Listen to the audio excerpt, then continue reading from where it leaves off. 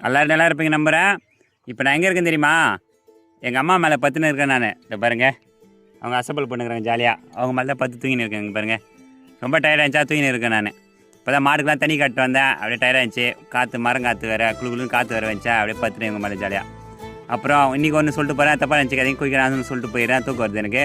ஒரு விஷயத்தை பண்ணுறோமா, ஒரு விஷயத்தை பண்ண ஸ்டார்ட் பண்ணும்போது நிறைய பேர் நம்மளை குறை சொல்லுவாங்க. என்னடா இவன் இதுமாரி பண்ணுங்களா, பைத்திய மாரி பண்ணுங்களா அப்படிலாம் சொல்லுவாங்க. அதெல்லாம் நம்ம காதில் வாங்கி இருந்தோன்னு வச்சுங்களேன், நம்ம கச்சேரி கீழே தருக்கணும். அவன் என்ன சொல்கிறான், இவன் என்ன சொல்கிறான், எதுவுமே நம்ம மைண்டில் வாங்கவே கூடாது.